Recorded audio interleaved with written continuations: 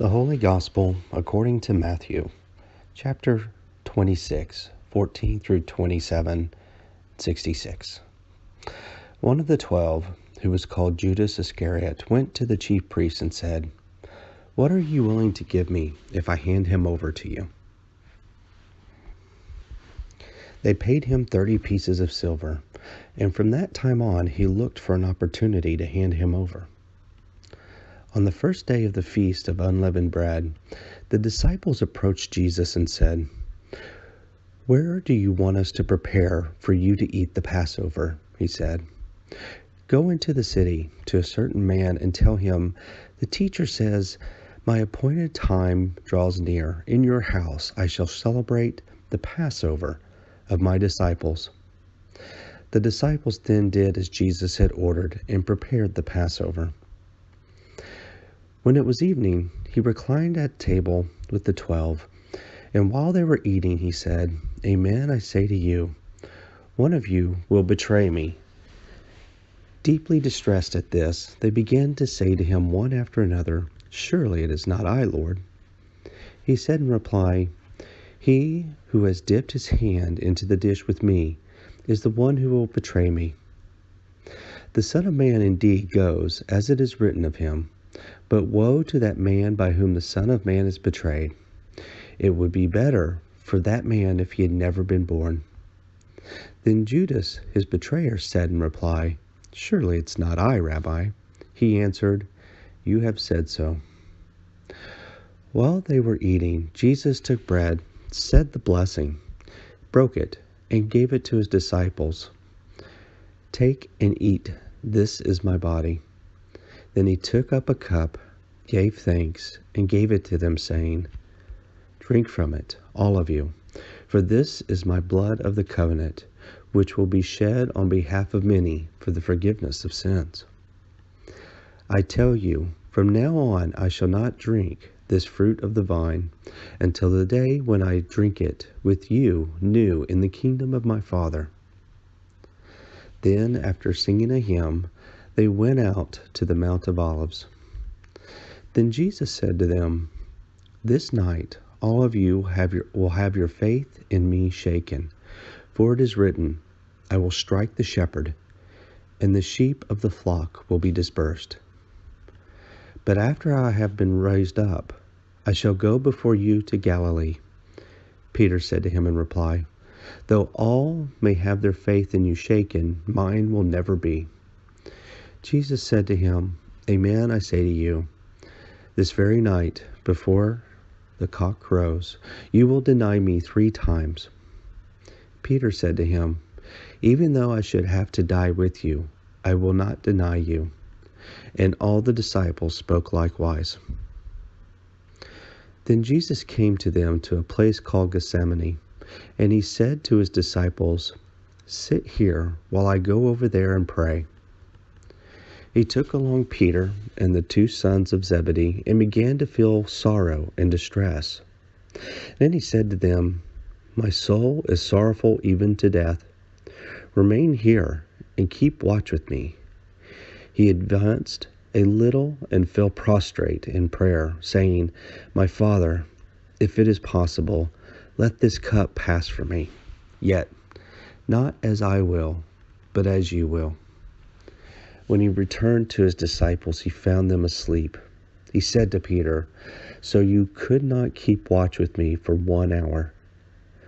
Watch and pray that you may not undergo the test.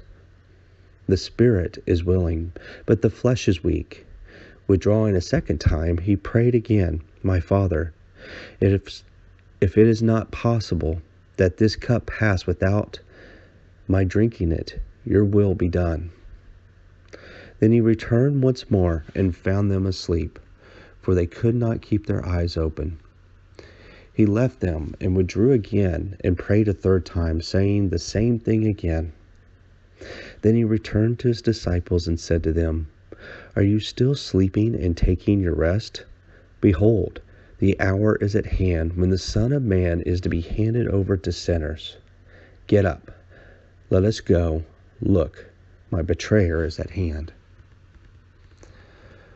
While he was still speaking, Judas, one of the 12, arrived, accompanied by a large crowd with swords and clubs, who had come from the chief priest and the elders of the people. His betrayer had arranged a sign with them, saying, "The man I shall kiss is the one. Arrest him." Immediately I went over to Jesus and said, "Hail, Rabbi." He kissed him. Jesus answered him, "Friend, do what you have come for." Then stepping forward, they laid hands on Jesus and arrested him. And behold, one of those who accompanied Jesus put his hand on his sword, drew it, and struck the high priest's servant, cutting off his ear. Then Jesus said to him, "Put your sword back in its sheath, for all who take the sword will perish by the sword. Do you think that I cannot call upon my Father, and he will not provide me at this moment with more than 12 legions of angels? But then how would the scriptures be fulfilled, which say that it must come to pass in this way?" At that hour, Jesus said to the crowds, "Have you come out as a robber, with swords and clubs to seize me? Day after day I sat teaching in the temple area, yet you did not arrest me. But all this has come to pass, that the writings of the prophets may be fulfilled." Then all the scriptures' disciples left him and fled. Those who had arrested Jesus led him away to Caiaphas the high priest, where the scribes and the elders were assembled. Peter was following him at a distance, as far as the high priest's courtyard, and going inside, he sat down with the servants to see the outcome. The chief priest and the entire Sanhedrin kept trying to obtain false testimony against Jesus in order to put him to death, but they found none. Though many false witnesses came forward, finally 2 came forward who stated, "This man said, 'I can destroy the temple of God and within 3 days rebuild it.'" The high priest rose and addressed him. "Have you no answer? What are these men testifying against you?" But Jesus was silent. Then the high priest said to him, "I order you to tell us under oath before the living God whether you are the Christ, the Son of God." Jesus said to him in reply, "You have said so. But I tell you, from now on you will see the Son of Man seated at the right hand of the power, and coming on the clouds of heaven." Then the high priest tore his robes and said, "He has blasphemed. What further need have we of witnesses? You have now heard the blasphemy. What is your opinion?" They said in reply, "He deserves to die." Then they spat in his face and struck him, while some slapping him, saying, "Prophesy for us, Christ. Who is it that struck you?" Now Peter, sitting outside in the courtyard, one of the maids came over to him and said, "You too were with Jesus the Galilean." But he denied it in front of everyone, saying, "I do not know what you're talking about." As he went out into the gate, another girl saw him and said to those who were there, "This man was with Jesus the Nazarene." Again, he denied it with an oath, "I do not know the man." A little later, the bystander came over and said to Peter, "Surely, you too are one of them. Even your speech gives you away." At that, he began to curse and swear, "I do not know the man." And immediately a cock crowed. Then Peter remembered the words that Jesus had spoken, "Before the cock crows, you will deny me 3 times. He went out and began to weep bitterly. When it was morning, all the chief priests and elders of the people took counsel against Jesus to put him to death. They bound him, led him away, and handed him over to Pilate the governor. Then Judas, his betrayer, seeing that Jesus had been condemned, deeply regretted what he had done. He returned the 30 pieces of silver to the chief priests and elders, saying, "I have sinned in betraying innocent blood." They said, "What is that to us? Look to it yourself." Flinging the money into the temple, he departed and went off and hanged himself. The chief priests gathered up the money, but said, "It is unlawful to deposit this in the temple treasury, for it is the price of blood." After consultation, they used it to buy the potter's field as a burial place for foreigners. That is why that field even today is called the field of blood. Then was fulfilled what had been said through Jeremiah the prophet. And they took the 30 pieces of silver, the value of a man with a price on his head, a price set by some of the Israelites, and they paid it out for the potter's field, just as the Lord had commanded me. Now Jesus stood before the governor, and he questioned him, "Are you the king of the Jews?" Jesus said, "You say so." And when he was accused by the chief priests and elders, he made no answer. Then Pilate said to him, "Do you not hear how many things they are testifying against you?" But he did not answer him one word, so that the governor was greatly amazed. Now on the occasion of the feast, the governor was accustomed to release to the crowd one prisoner whom they wished. And at that time they had a notorious prisoner called Barabbas. So when they had assembled, Pilate said to them, "Which one do you want me to release to you, Barabbas or Jesus called the Christ?" For he knew that it was out of envy that they had handed him over. While he was still seated on the bench, his wife sent him a message, "Have nothing to do with that righteous man. I suffered much in a dream today because of him." The chief priests and elders persuaded the crowds to ask for Barabbas, but to destroy Jesus. The governor said to them in reply, "Which of the two do you want me to release to you?" They answered, "Barabbas." Pilate said to them, "Then what shall I do with Jesus called Christ?" They all said, "Let him be crucified." But he said, "Why? What evil has he done?"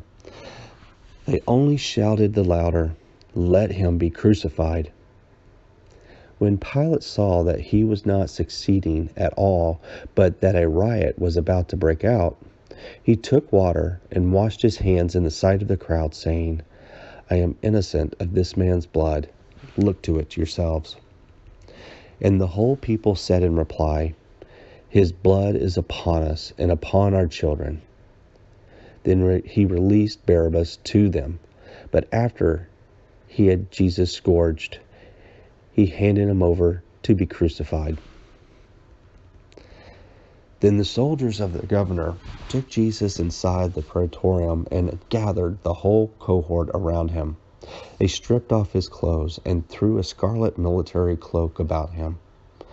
Weaving a crown of thorns, they placed it on his head and a reed in the right hand.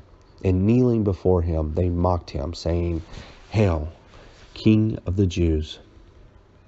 They spat upon him and took the reed and kept striking him on the head. And when they had mocked him, they stripped him of the cloak, dressed him in his own clothes, and led him off to be crucified. As they were going out, they met a Cyrenian named Simon. This man they pressed into service to carry his cross.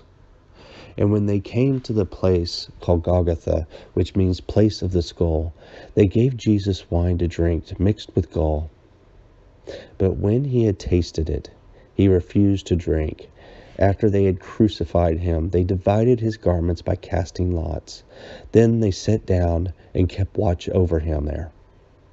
And they placed over his head the written charge against him, "This is Jesus, the King of the Jews." 2 revolutionaries crucified with him, one at his right and the other on his left.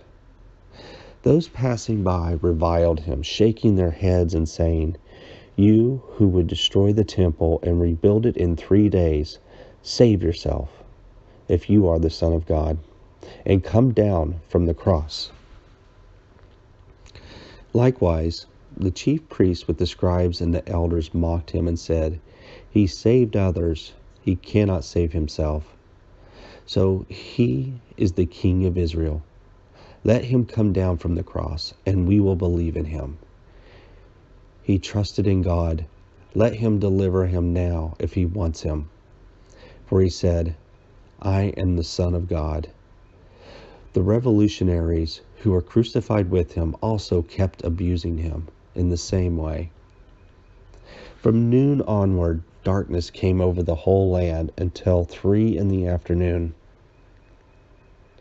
And about 3 o'clock, Jesus cried out in a loud voice, my God, why have you forsaken me?" Some of the bystanders who heard it said, "This one is calling for Elijah." Immediately one of them ran to get a sponge. He soaked it with wine and putting it on a reed gave it to him to drink. But the rest said, "Wait, let us see if Elijah comes to save him." But Jesus cried out again in a loud voice and gave up his spirit.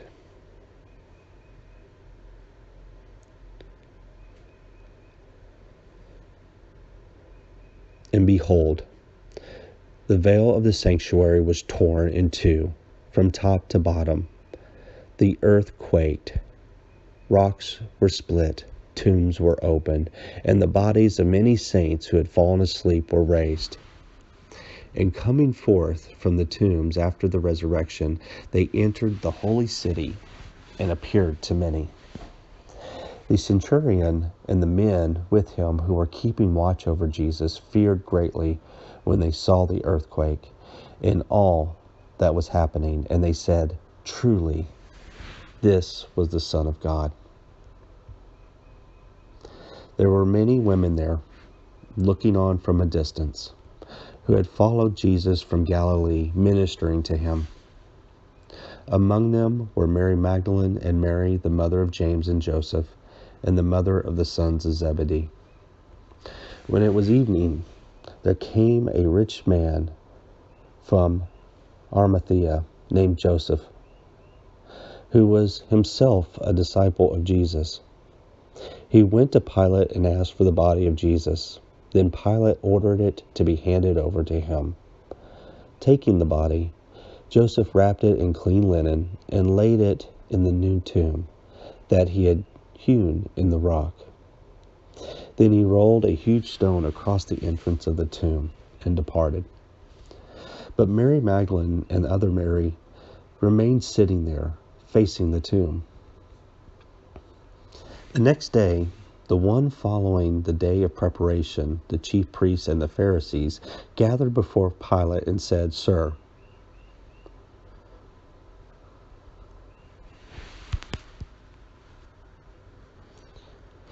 we remember that this impostor, while still alive, said, 'After 3 days I will be raised up.' Give orders then that the grave be secured until the 3rd day, lest the disciples come and steal him away and say to the people, 'He has been raised from the dead.'" This last impostor would be worse than the first. Pilate said to them, "The guard is yours. Go, secure it as best you can." So they went and secured the tomb by fixing a seal to the stone and setting the guard.